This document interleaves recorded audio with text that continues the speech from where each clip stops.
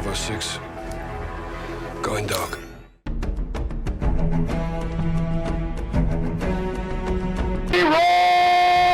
Dragons! Oh my god, he just ran in. Hello there.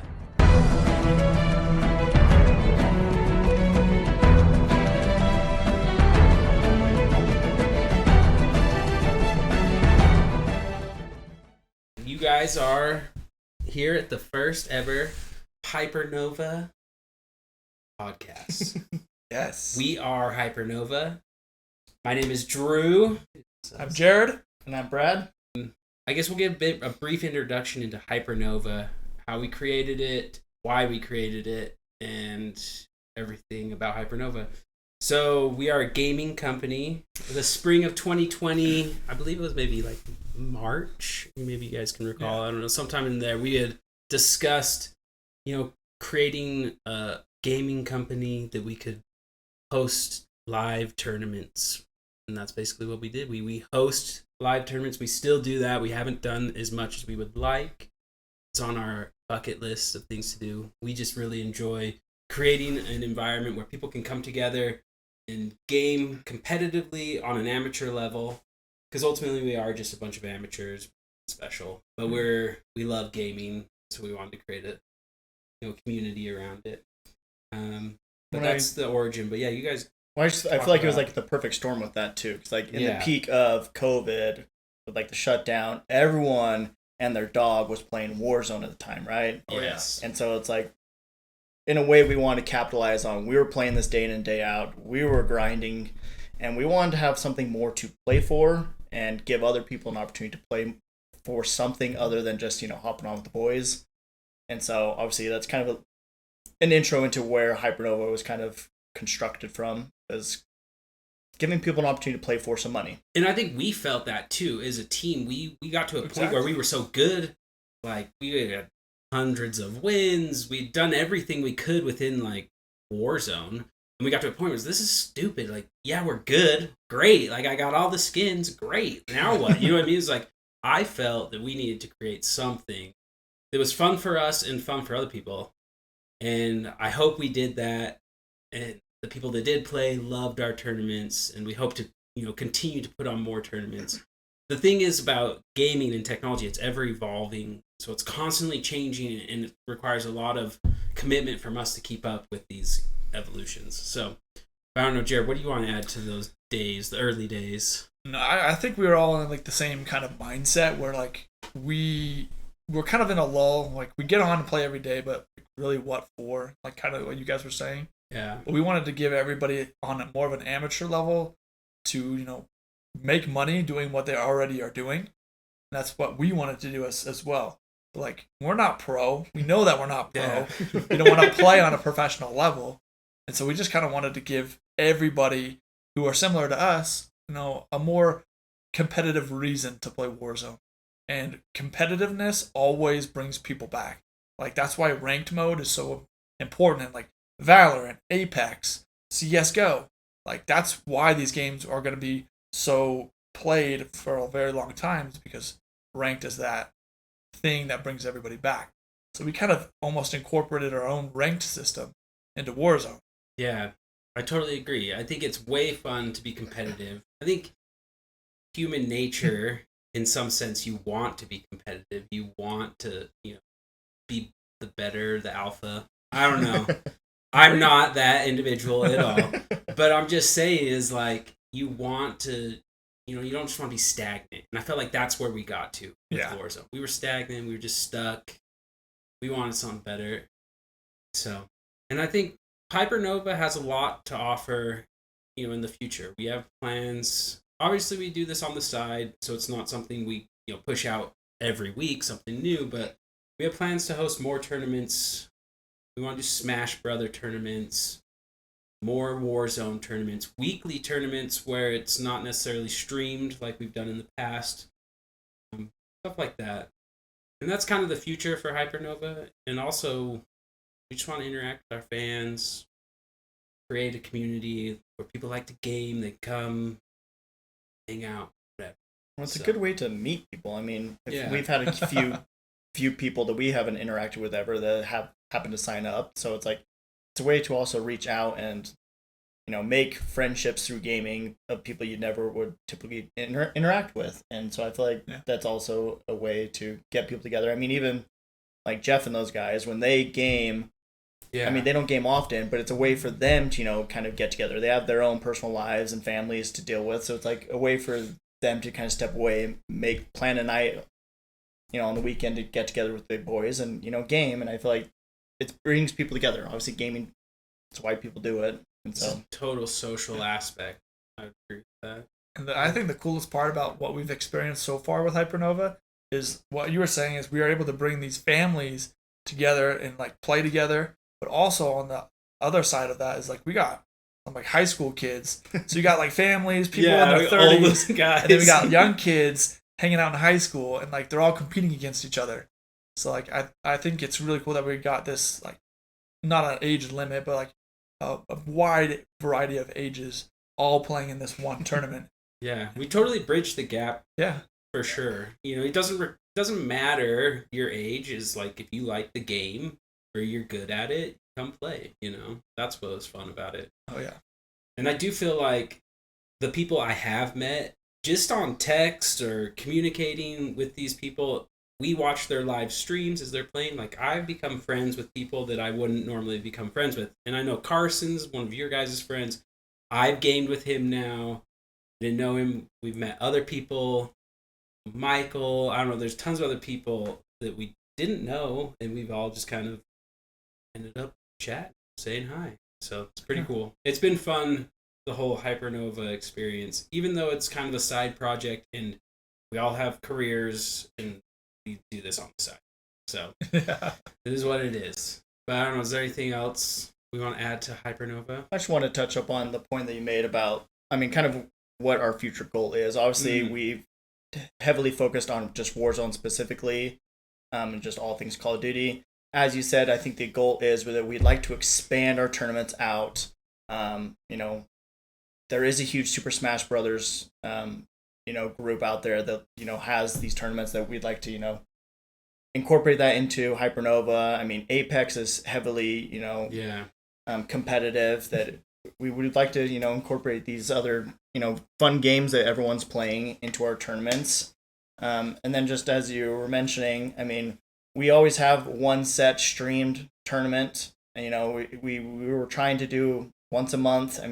We've been struggling to get them out once a month, but even the weekly ones, we want to house weekly tournaments every weekend. If you sign up, perfect, you're, in the tournament, and whoever signs up, that's it. Doesn't need to be streamed, but we want to kind of, focus on pushing out these tournaments on a weekly basis. So if you happen to be able to game on the weekend and you have a squad together, sign up, right? So I think that's kind of the goal we'd like to take this as well.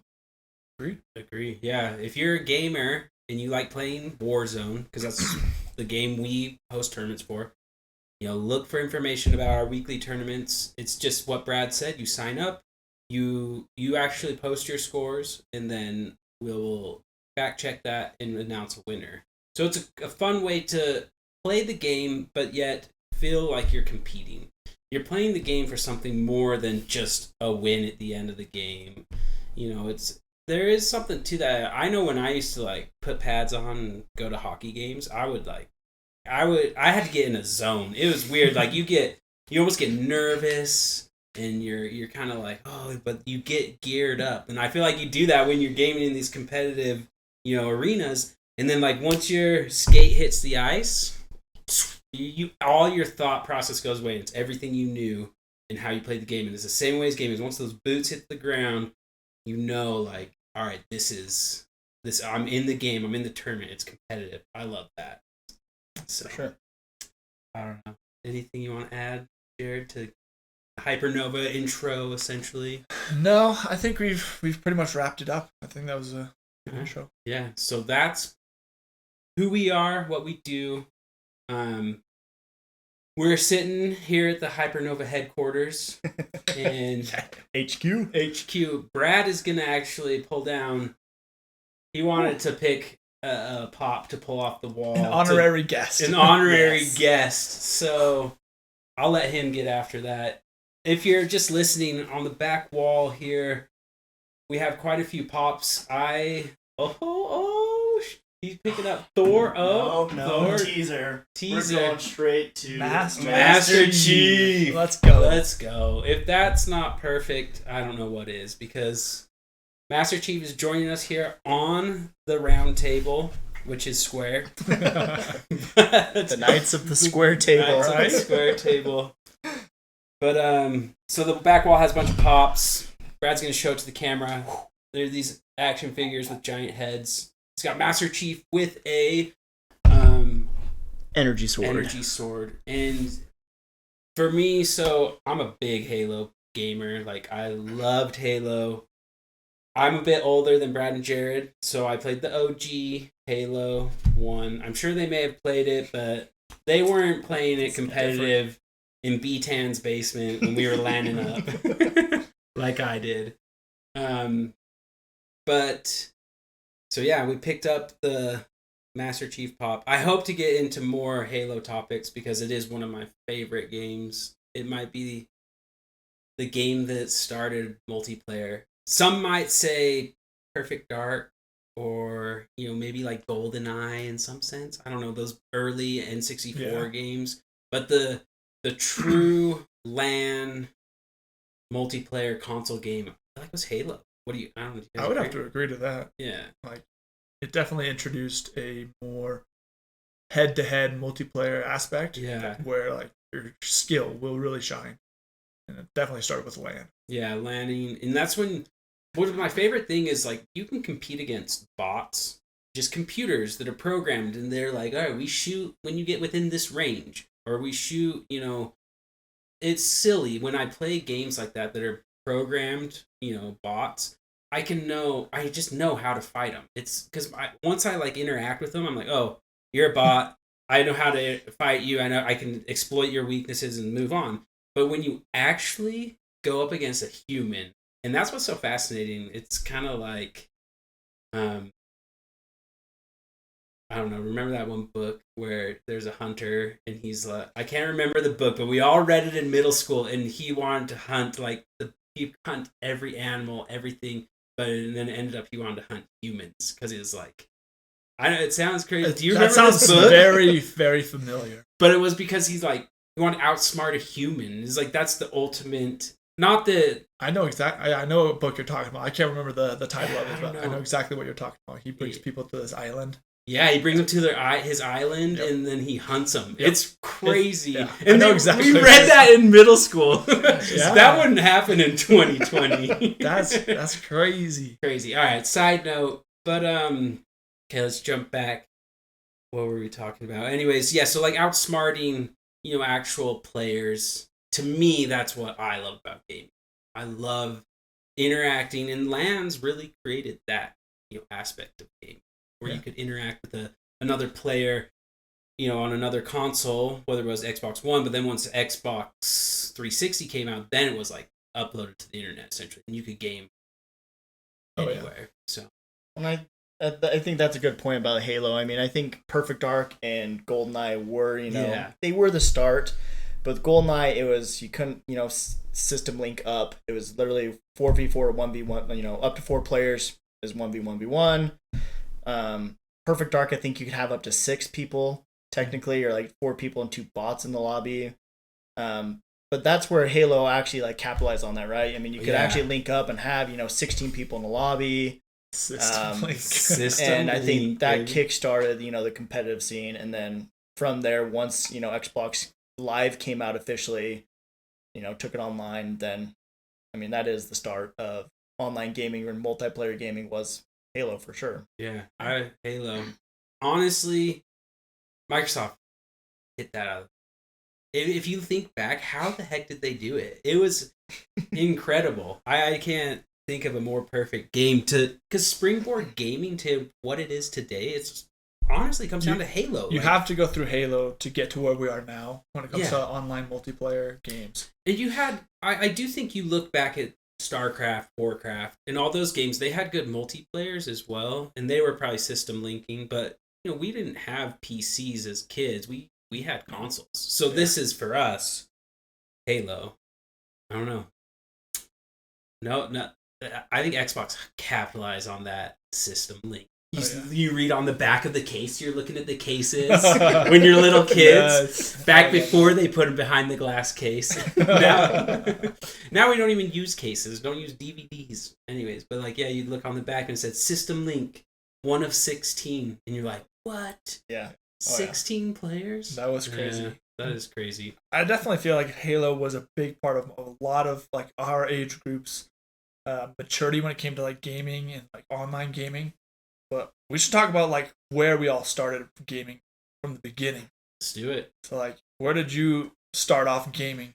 Do you remember? Oh, shoot. So, gaming, I'm going to date myself right now. And then, we got a flash. Let's try and take some notes while you... All right, yeah. So, the very first game I ever played was actually an Atari game. So, in my grandparents' basement, of all places, they have like a pool table, and it was a cool spot. And they had an Atari, and they were crazy. Like the little floppy discs. You guys probably have no idea what they look like, but before they were hard discs, because they transferred to hard discs, but they were floppy. And there was a game called Mr. Robot, and you'd pop it into the Atari, and you had a joystick with a button. Yes. And it was a pretty cool game. It had like treadmills, and they would go different directions, and then you'd have to collect all the white dots. And so it was just a really basic game, but you had a robot that would walk on these treadmills, and they were going different directions, so you had to be careful. If you jump on one treadmill, you got to pull back a different direction, one thing or another. To collect all the dots, you had to jump around. Huh. So that was the very first game I ever played. But I think I played it all, man. I was a gamer since day one. Like, no joke. Oh, man. Regular Nintendo, Mike Tyson's Punch-Out, Excite-Bike, Contra, up, down, left, right, A, B, select star. I know the tricks, dude. This was before you had the internet, dude. The first cheater. Yes. I'm not a Maple Story cheater, bro. You guys, I have never hacked. That's like built-in hacks. That's true. I've never had to download hacks, unlock my firewall, load them in. He doesn't know. You did. He doesn't know. Oh, that's awesome. We don't hack. We've never hacked, for sure. I would never hack. But so then I played all, regular Nintendo. Then it came like Super Nintendo. Loved Mario, right? Anything Mario. Played that on regular Nintendo too. I remember you guys don't remember this, which is so sad to me because I really am dating myself, but I look back to old Cottonwood Mall. I don't, so some people may know, some people may not know, but Cottonwood Mall, this place was so cool. I would go to Cottonwood Mall, you walk in, they had a big arcade called Tilt, and you could go in the arcade. That was so cool. But it was just so nostalgic to think about this location because it's torn down, doesn't exist anymore. It's kind of sad. The courtyard, the food court like dropped down. It's like terrariums, kind of cool. But there was a store called, what was it? Software, etc. Do you remember that? Or gaming, etc. You guys don't know what I'm talking about? No, sorry. It was basically the gaming store. So anytime my mom would take me to the mall, I'm in the gaming store, dude. I'm just staring at games. Like, I was a total gamer nerd from day one. I don't know what it is. It's awesome. But so I would get they'd have the booklets, like the help guides. The help guides, yeah. So for Super Mario, this is the one I remember I bought for Super Mario. The help guide, it's like 100 pages, color, all written out, board by board or map by map. It would go through it all. Remember there was one where you had to have a Yoshi. You had to like jump off and go under the finish line and then jump off the Yoshi and back up and you get to the secret level. And this stuff was like, I was way into Mario. That's awesome. And I played a lot of, so those games are so fun.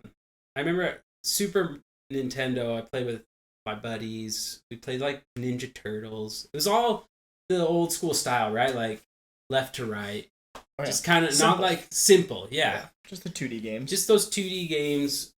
But then I my greatest gaming moment, I would say, Jared had brought this up earlier, like we want to talk about our greatest gaming moments.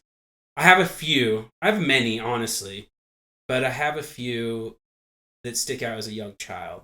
We'll get into the more recent ones as an adult. But as a child, I don't know, when it was Christmas Day and I thought it was a disappointing Christmas. And my dad, like, Sorry, that's what's so sad. It's like, we forgot all your presents. Sorry, son. Sorry. Santa, come on. My dad killed it on Christmas, honestly. Like, he would build racetracks for us. Sick. So my parents went above and beyond when it came to Christmas. But my greatest moment, and no one would really understand in my family how great it was because it was so internal. I just didn't really let my feelings out. But it was the last thing my dad brings out. He's like, I got one more for you. And I unwrap it. And it's a Nintendo 64, dude. Oh, let's go. Let's go. So it was the first year the Nintendo 64 came out. And this is my greatest gaming moment. I remember playing Super Mario or 64. Mario 64, I believe what it was called. And my mind was blown because as a child, I understood gaming from a 2D perspective. I went left to right. There were games where you could go up and down, like Zelda. You could, but the graphics were never three-dimensional. You jump and start up Mario. Ding! It's me, Mario! It was just like, my mind was blown. Honestly, I go in the castle to the left, get into that first, whatever, Koopa's World. I can't remember. Oh, that's classic. And I got all 120 stars after Christmas. No, I'm kidding. I did on Christmas Day. No, so he's the first speedrunner. But that makes a lot of sense though. Like coming from Super Mario or Super Nintendo to N64. Yeah, like that's a huge jump in technology.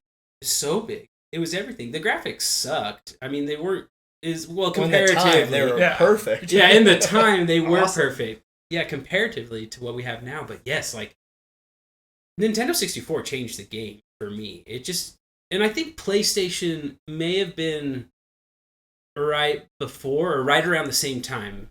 And I didn't have a PlayStation, so I never got to experience their graphics or their system.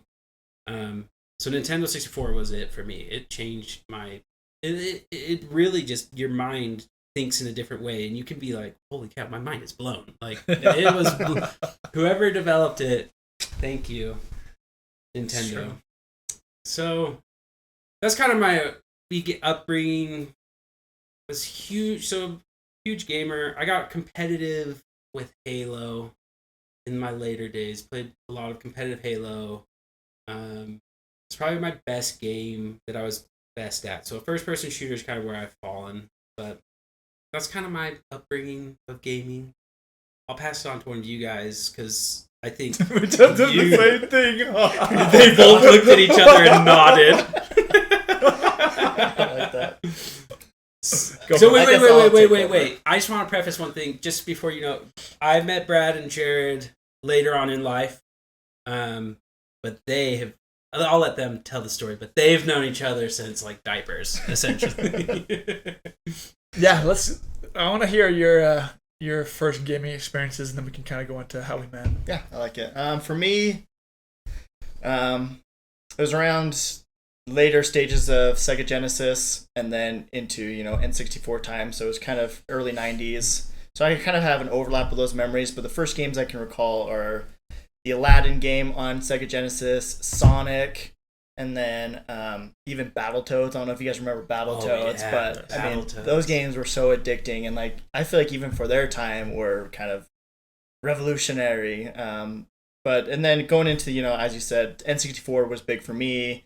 Obviously, you have the Marios, the Zeldas. I mean, we talked about graphics. I feel like Zelda is like the peak game. I mean, even people are still talking about it like that as one of the greatest games, if not the greatest game of all time, in Ocarina of Time. And I mean, I think that it will have a memory on all of us from running the fields of Zelda. But I mean, even the few games, I think we had touched up on this briefly, but Diddy Kong Racing, I think this is the one that was extremely underrated.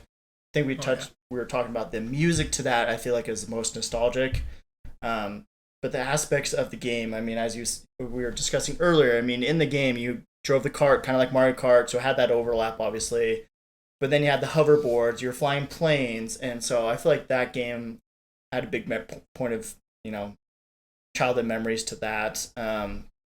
But that wasn't like my first console. I mean, it's kind of overlap. I mean, I have a lot of memories to those games contributed to watching my brothers play these, open world games, the Marios, the Zeldas, and I think I'll always have a memory in those games for that perspective as able to hang out with my older brothers, sit with them and watch them play. I wasn't ever really the one playing these games, but I enjoyed it. Is the weird thing. Like I enjoy those games. I can't play open world games really anymore, but that aspect I loved. I loved, watching someone else play these games. But for me, the first gaming console, I guess you can do two parts. It'd be the Game Boy Advance with Pokemon Yellow.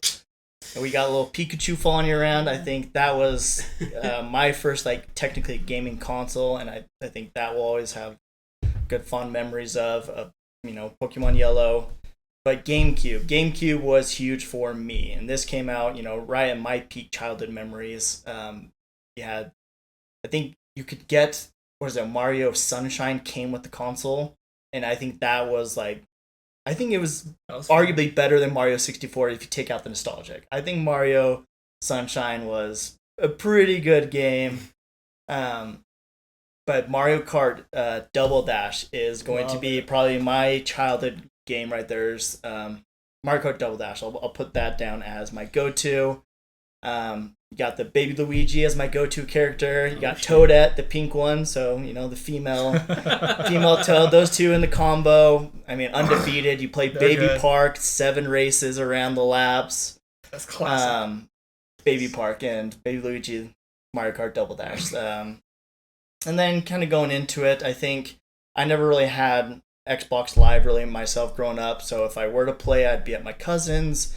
They had Halo, so we played, a lot of Halo 2 live when that first came out. But obviously it wasn't my own, so it was, every other week I'd play that. So when I finally got my own Xbox Live for myself, or I guess shared with my brothers, but it was in high school when Modern Warfare 2 came out. And I think that is another core memory of, what made me addicted to gaming from a competitive aspect was Modern Warfare 2. And that was kind of, again, my first real own experience. I had my own account.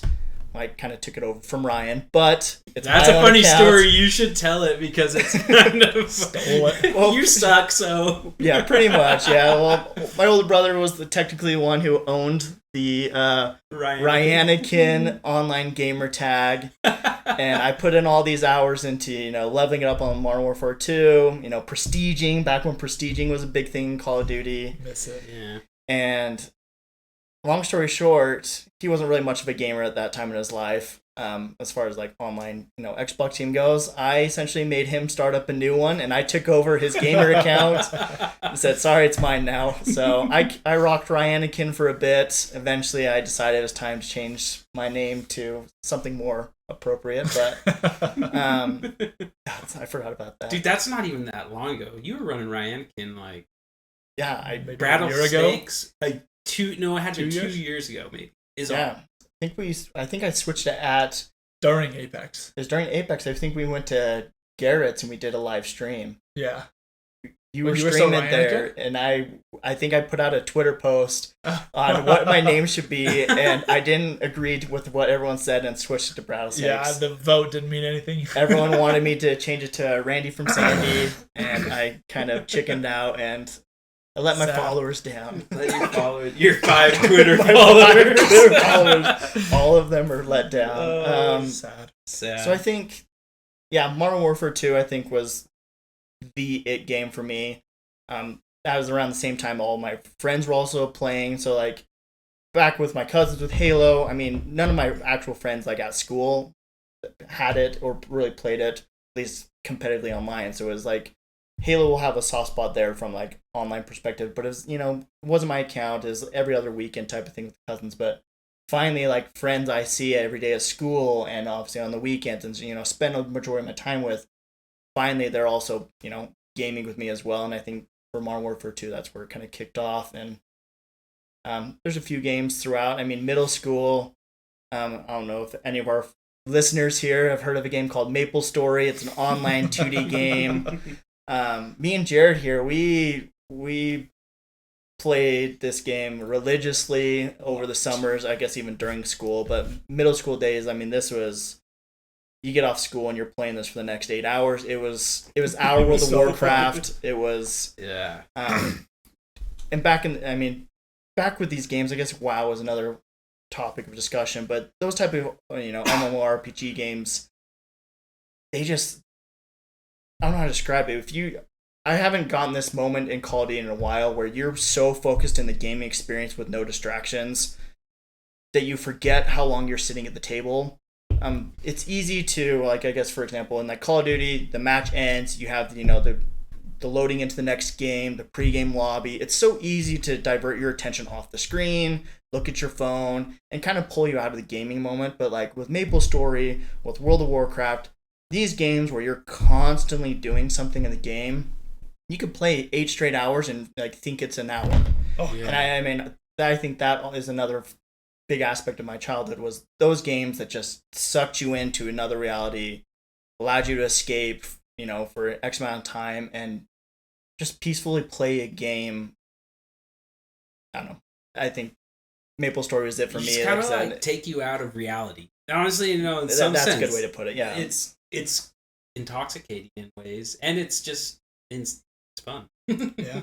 And I think it's hard to replicate that feeling in a good way, because like I said, for how religiously we play Warzone now, again, there's so much distractions to kind of divert you that it's so hard to be like so focused in and lose track of time. And I feel like lose track of time in a good way, I guess I'm trying to put it. And I kind of miss that from a gaming perspective. If maybe could it be something to the point of growing up, like you just kind of and it might be. No, for sure. I mean, obviously, you have no responsibilities really back then. I mean, as a kid, you think you have, a million responsibilities, but you really don't. And I mean, you lost your marbles. I lost. Shoot. We're on camera too. Sorry, I didn't mean to interject. You're good. No, I definitely agree, but like to kind of piggyback off like the flow when you're gaming is like, nowadays, especially with battle royales, it does take you out of the experience. Yeah. And you have to wait. But even with like Call of Duty or Halo, like either you're map voting, you're voting for the next map, you're talking to your team, which is like usually like 5 or 6 people that or you're talking trash to the other team. And like it keeps you engaged in what's going on in the game. We don't have that anymore. No, we don't. And it is the evolution of these games. But like overall, like the old times of being in those old like Call of Duty lobbies, being in your Xbox party, just talking trash. Let's just say very toxic. We all grew up very fast. Very true. Because if you didn't have a headset on and your mom heard what was being blurted through that mic, you would. Yeah, I was one of those. You would never kids. play that game again. I was definitely one of those kids who just like never said anything. I would just stay quiet and listen. Yeah, for sure. I never said a word. And drop 20 bombs. I may have been one to talk back. Yeah, I didn't talk back either. I'm kind of shy like that. What's so easy? I mean, this is kind of like just social media in general. It's so easy behind a mic to just say whatever you want, and little Timmy and Tommy or us as kids. I mean, it's so easy to like run your mouth as like a little 12-year-old. Like, I'm not gonna say what kids would say back then, but yeah, those lobbies were extremely toxic. But I guess I haven't really thought about it. Just like Valorant, I guess we only play like Call of Duty, and we know Call of Duty kind of went away from those. When the match ends, you don't stay in the same lobby where you can replay people and talk trash. I mean, they went away from that. Is like other games like Valorant do that or no? I don't think Valorant, you can talk to your team, but you don't talk to the other team. I don't think do the lobbies stay together in Valorant? Well, they play like 7 games and then it's best of 7 or something like that. So it's like, multiple. It's kind of like search and destroy. Yeah, but once that's over and like you have a winner declared, you don't play that same group again. No, I don't think so. New group. So I guess that makes sense. But in essence, with the search and destroy model, you're playing multiple. Yeah, that makes sense. But And I think that's more kind of like a staple now in gaming, is that with skill-based matchmaking, you're always going to be finding new people. You're not going to be replaying the same team over and over again. It's just how the world is now. It is how the world is. Kind of sad because I look back on those lobbies and you go into a COD lobby and you would just flat out dominate, like just destroy them.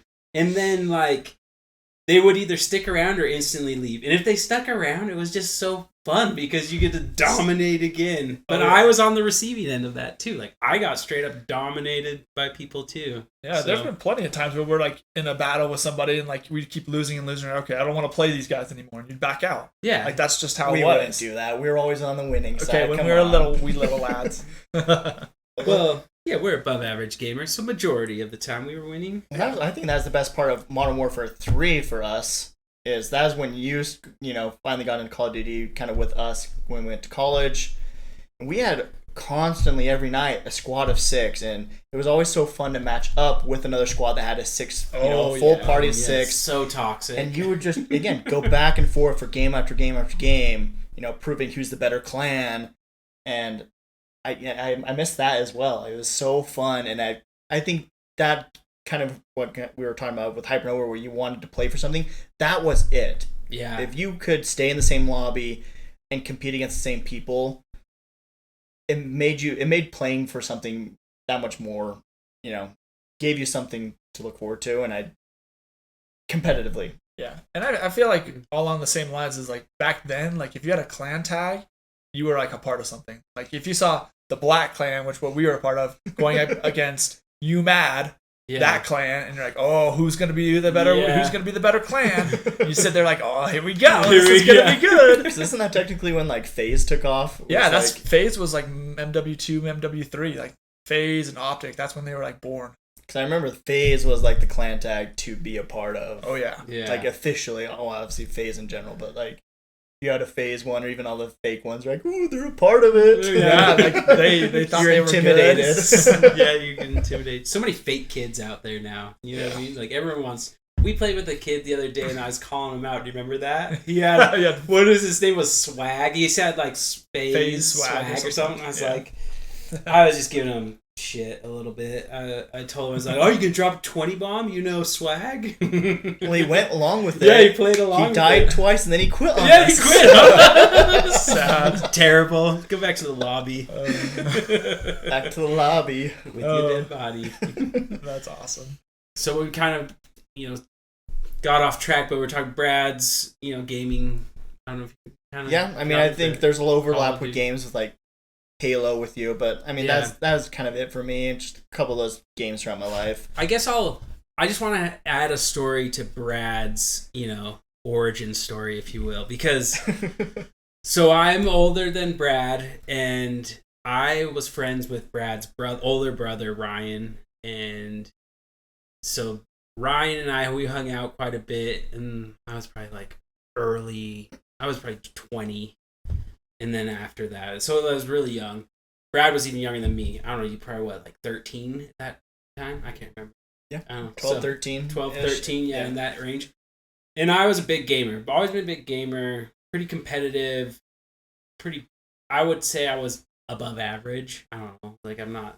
But I would talk a lot of game in my day. I was like, I wasn't shy about it. I was like, what, you want to play 1v1 me? And Ryan was like, well, you need to play with my brother. He's really good. And so I was like, all right, I'll play with whatever. And I remember playing with Brad. It had to have been Modern Warfare 2. What's the one where you collect dog tags? That's what you guys love. Kill Confirmed. You guys love that for some reason. But I instantly knew, it was like, these kids are good. I was like, I want to play with these kids. They're good gamers. I was looking for people to game with. So that's kind of how I met Brad. Obviously, I think I met you in person before. Yeah.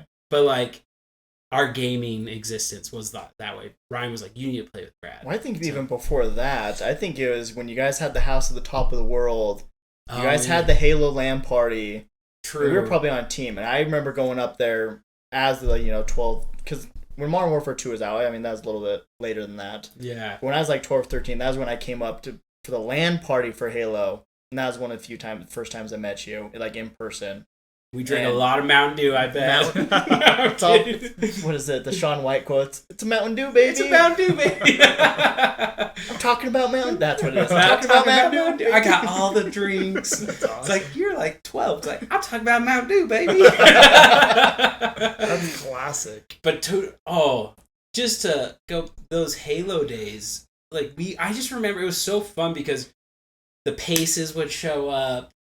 You and Ryan would show up. We would bring, everyone would bring their TV over. So this was like the first house we moved out into, the big house. There was like 5 of us there. It was just a party pad. We had a pool table in the basement. I painted some giant portrait of a tree. We put up black lights. Like, this is total bachelor pad.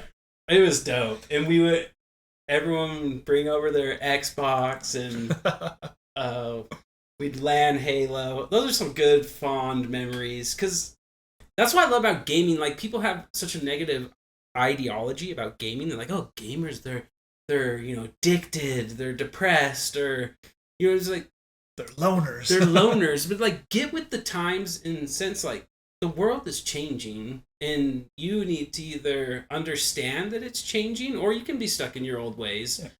Because, I don't know. Like, I have a lot of good memories about gaming. It hasn't made me a bad person. I'm not an unsuccessful person because I like to do something. I have a hobby. You know what I mean? But if it's something you don't like, then whatever. You don't have to be involved with me. But yeah, I just want to get that out there because I feel like a lot of older people, and maybe like your parents, my parents were super supportive, but like other parents, I see the way they're treating their kids now, and I shouldn't say this because I'm not a parent and I'm not trying to parent, but it's like, hey, yeah, like we don't want to let them be so addicted to their phone and stuck there, but in some sense, like they're going to have a phone when they grow up. There's got to be a good balance there and respect the technology, not abuse the technology.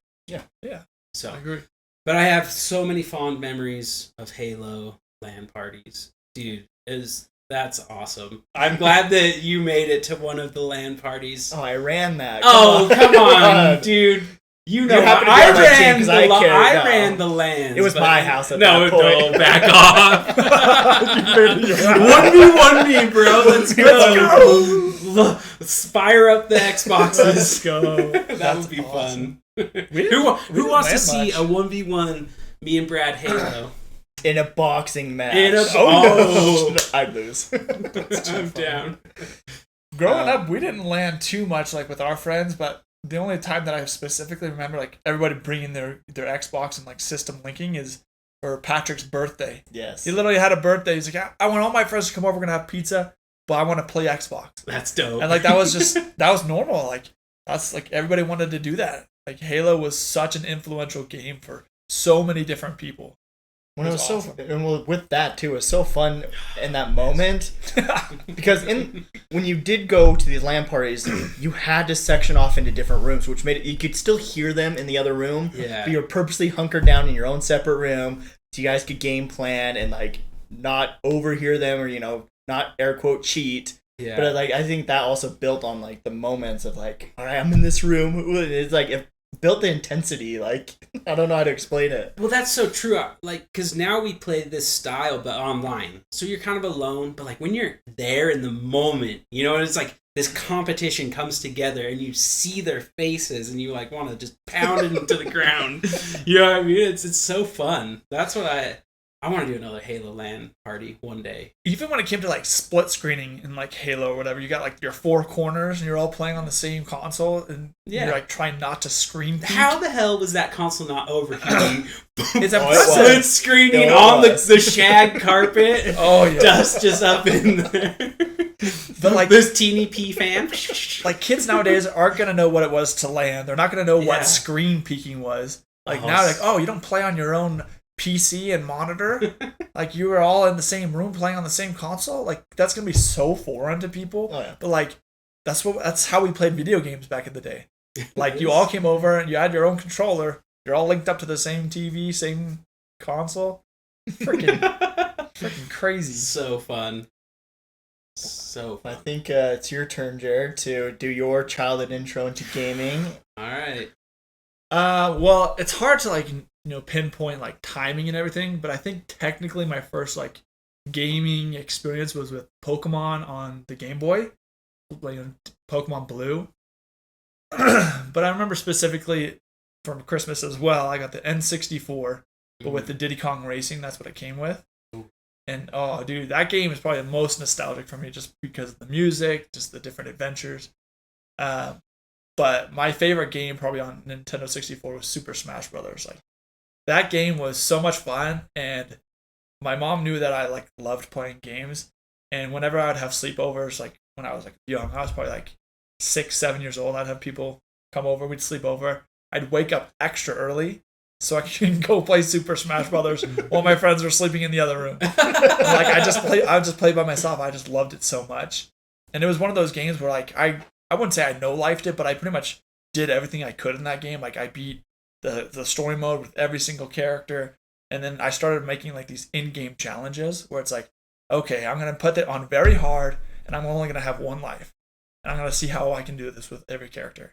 And it was just one of those games where like I loved it so much, where I would make these different things in game for me to do, and like that game was probably the one that changed, like, added the addiction to my brain, where like I just love gaming. Like, I just want to like be the best I can. And you were at that game. You are probably still undefeated at that game. Well, the thing is like I figured out the best strategy back then, but now like if you watch any kind of like tournaments, that's what they do. And it's there's probably some name, but like pretty much if you knock somebody off the edge of the map, you hold the edge and they can't get back on. It's like gatekeeping. Yeah, you're gatekeeping the edge and you just kill them. And like I learned that early on, and I did it all the time. Or when we were playing, like there's like 4 of us, I'd keep an eye on people's health and say, "Oh, Brad, he's super weak. Book it across the map. Find Brad, hit him once, kill him." So mean. Do you get more points if you're the one that knocks him off? Yeah, so like at the very smart. end, it'd like have like a winner circle. It's like, oh, this person took first, second, third, whatever. Yeah. And then it showed like your kill count. I'd be like 12, 15. Everybody else would be like 1, 2, 4.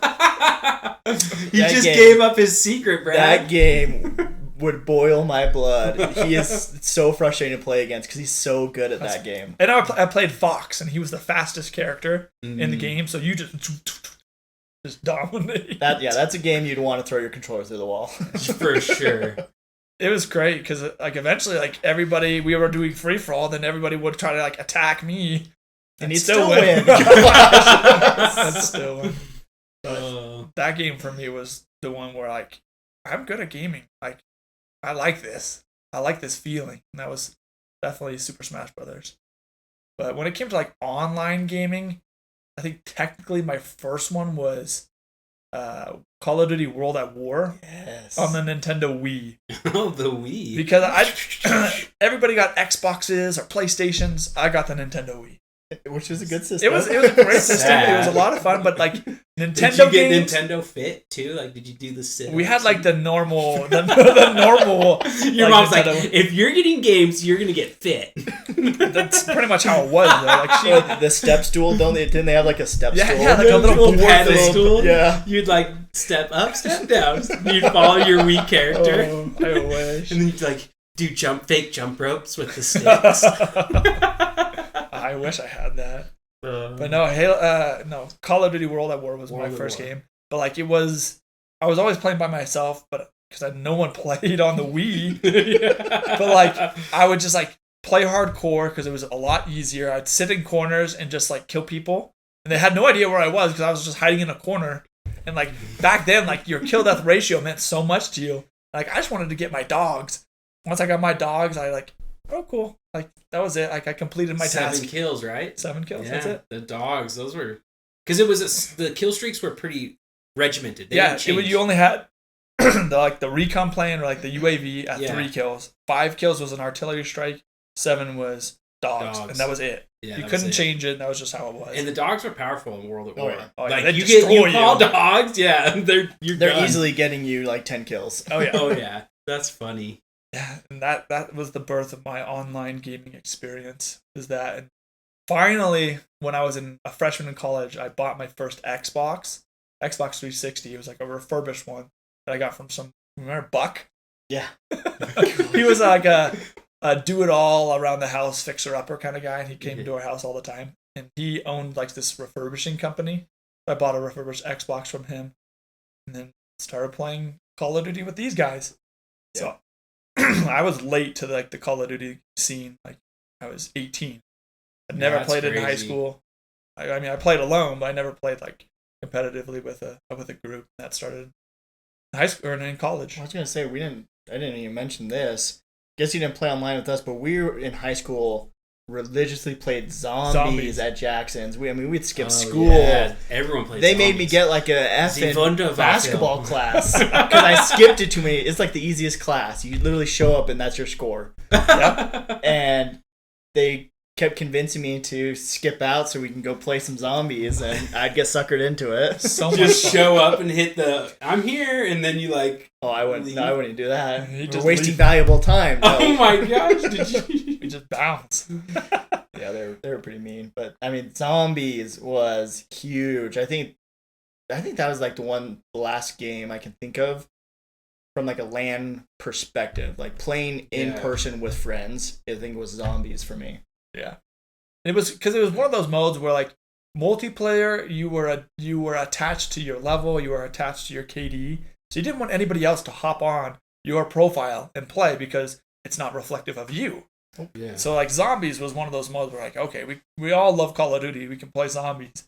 It's just a great time just to like get together and just slay some zombies. When that first one was the best. I think they overcomplicated zombies, but the first one where it's just survive as many rounds as you can.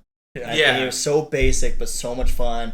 It was the right amount of. It was dark. The noises were creepy. I mean, it could get intense in that mini map. I mean, you had to unlock the first door with the mystery box, and then you had the stairway up, and it's just that 1-2 rooms Just upstairs. Yep. Yeah. And that's it in that first zombies. And I don't know, that thing was. We had some good memories with that one as well. I think I'm trying to think what our record was. I don't remember, but we would. That was one of those things that you could play for hours. You Just kept going. Remember, like when you get the zombie's leg blown off and he's like a crawler, Yeah. and you're like yelling at everyone, "Got a crawler! Got a crawler!" You had the You had to, system like, down, yes. save it so everyone can Yo, go back to the ammo, box. get the box, get the the ray box. gun. Yeah, get Yes. the ray gun. Oh, that zombies game totally brings back good memories, for sure. That was awesome. But yeah, that was my upbringing when it came to gaming. But I played a lot of like sports games as well, though. Like when I think about it, like when I had Xbox, we 2K. played a lot of FIFA. Oh, Like because yeah. when I got my Xbox up there, we had like 6 or 7 of us, like all like hanging out in a dorm. We'd always play FIFA. FIFA was so much fun. Back when I broke my arm in middle school, and I was playing WoW, Jeff had FIFA in that room. Remember playing live on FIFA? I remember then? like he would talk trash. He'd talk mad trash on FIFA online, and we just like sit there and watch him. Yes, He got some mouth. He got a mouth. Jeff, you're listening. Yeah. You're listening. We're on to you. That little room. Yeah, but yeah, FIFA. I even forgot about that. Yeah, in that we had the little green chair. I think we brought that upstairs. So you had the L-shaped computer in the corner, Yes. and then you had the mini TV on the. I mean, It's like a can't, dresser or can't really something. describe the room, but Yeah. yeah, I remember I'd always play WoW, and you'd be in there playing FIFA if Jeff wasn't in there. It's classic. That's That funny. was fun.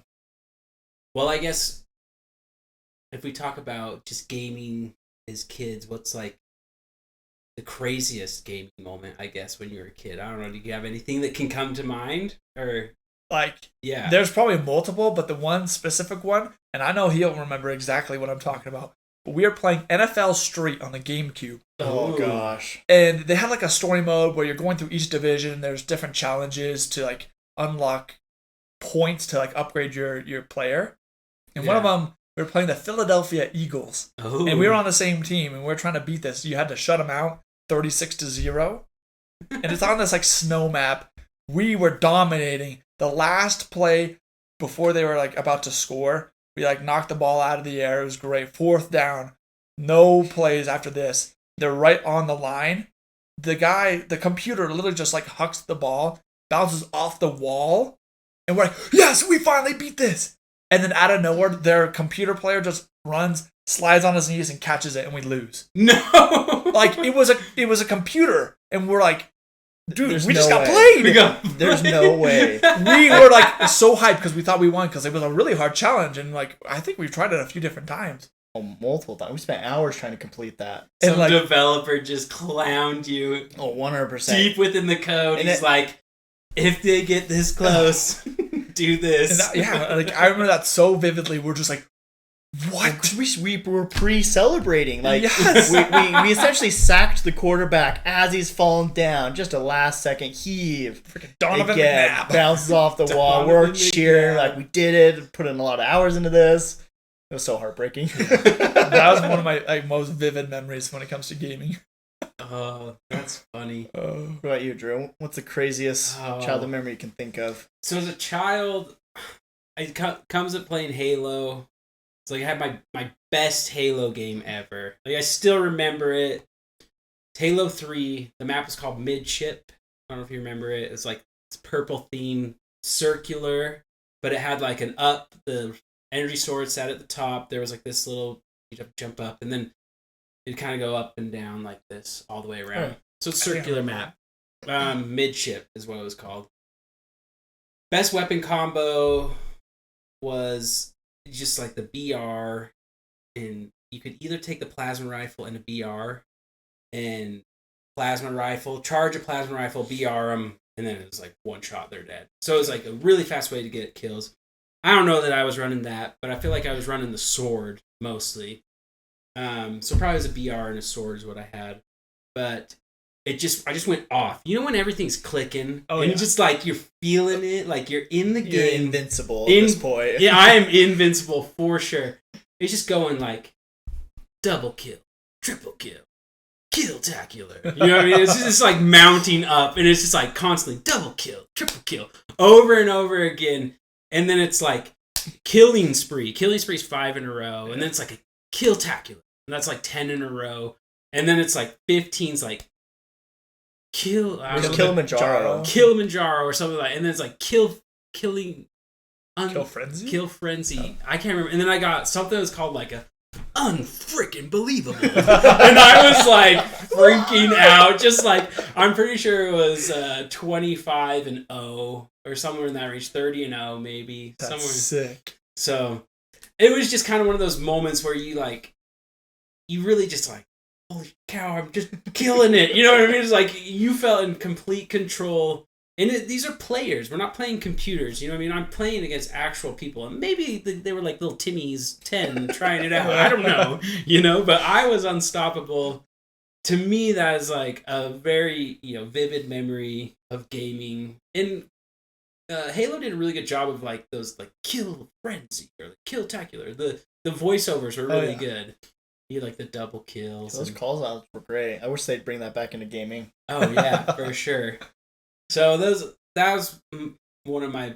I have many other really. I've had some really good games in Warzone where I won a 1v4 to win a game, and that was the first time maybe I got the shakes. You know what I mean? It's like I never experienced the shakes until Battle Royale. Yeah. And now, like, you couldn't give me enough dopamine. I'm like, I'm stone cold, bro. Sad. It sucks because I miss the shakes. If you're a gamer, I just want to kind of explain this because people may not game like we games. We know when someone says we got the shakes, but like when Battle Royales first came out, and it's especially Call of Duty. I never got that in Fortnite for some reason, but in Call of Duty, I don't know how they did it. Modern Warfare, Warzone games, they could bring out just like so many emotions. Like you're probably getting a huge endorphin rush or something in these moments because you clutch up. And it's so hard to win a Warzone game. Like people go days. Back in the old days, you'd go months without getting a win. Yeah. So to get a win, it was a big deal. And I just remember I clutched up like a 1v4, 15 plus kills. And I was like shaking. My hands were like shaking. And it was just like, oh. It's so tense. Like in the It's- moment, the adrenaline is so tense. You're gripping the controller so tight. Well, yeah, you're bottling all that up.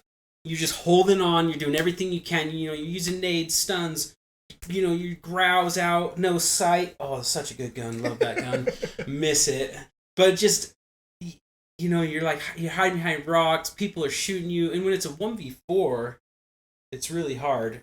Oh, yeah. So that's another. I think the Halo, you know, surpasses whatever I felt Call of Duty because it's a little more nostalgic and whatnot. But gaming can do some crazy things. That I don't know. I'm not a medical professional, but it had been an endorphin rush or something. Well, I don't know if you know, Jared, because you might have a better understanding of what happens in those moments. Just high adrenaline, I guess. High adrenaline, yeah.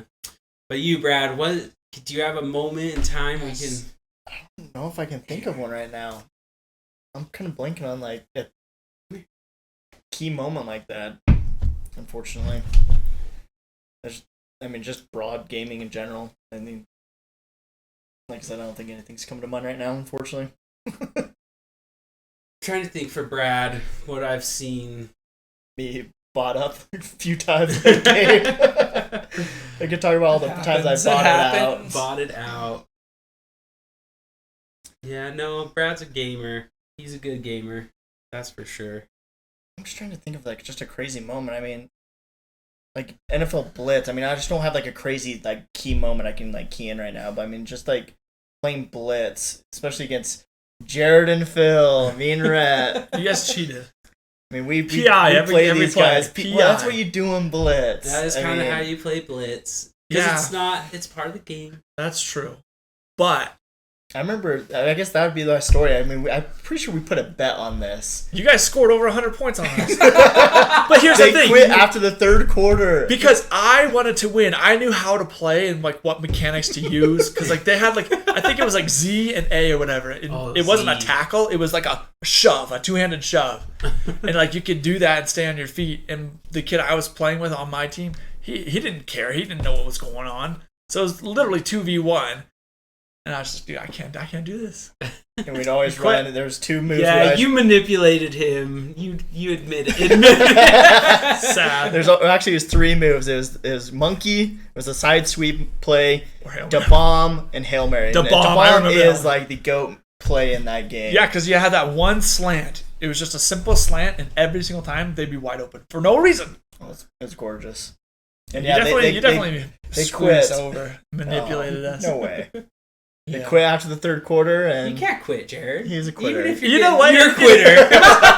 It was probably just karma from the first time that we met. I went over to Brad's house. We were probably like 10 years old. GameCube just came out, and Brad had Mario Kart Double Dash, and I didn't. And I wanted to play it so bad, so I went to Brad's house, knocked on his door, said, "Hey, Trish."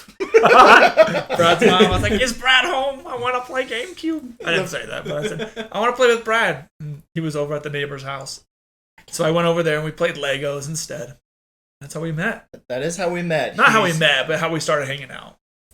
Because we met probably like at church or at elementary school. He used me to game. That's how you know he's a gamer. Brad was the elementary school bully, so it all works out. Pine cones. Oh, do we want to talk about it? No. That's classic. I was nice. I'm nice, people. Yeah, Brad is nice. Kids are savage, but we all grow up. We all grow up. That's for dang sure.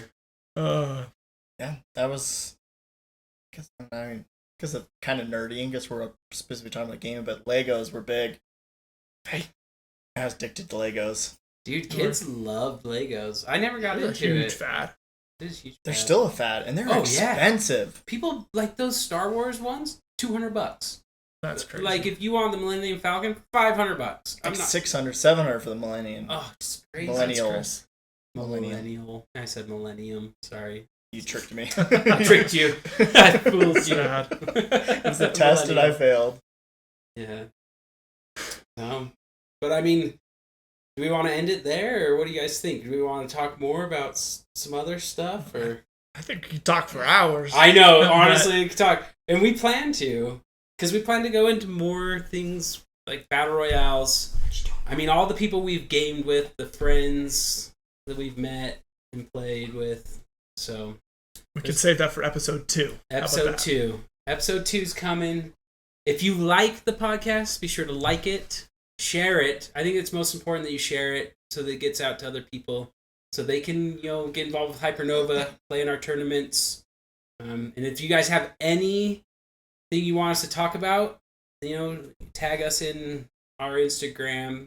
hypernovagaming.com is our website, and then Hypernova on Instagram, Twitter, and all the socials for that matter. But I hope you come join us.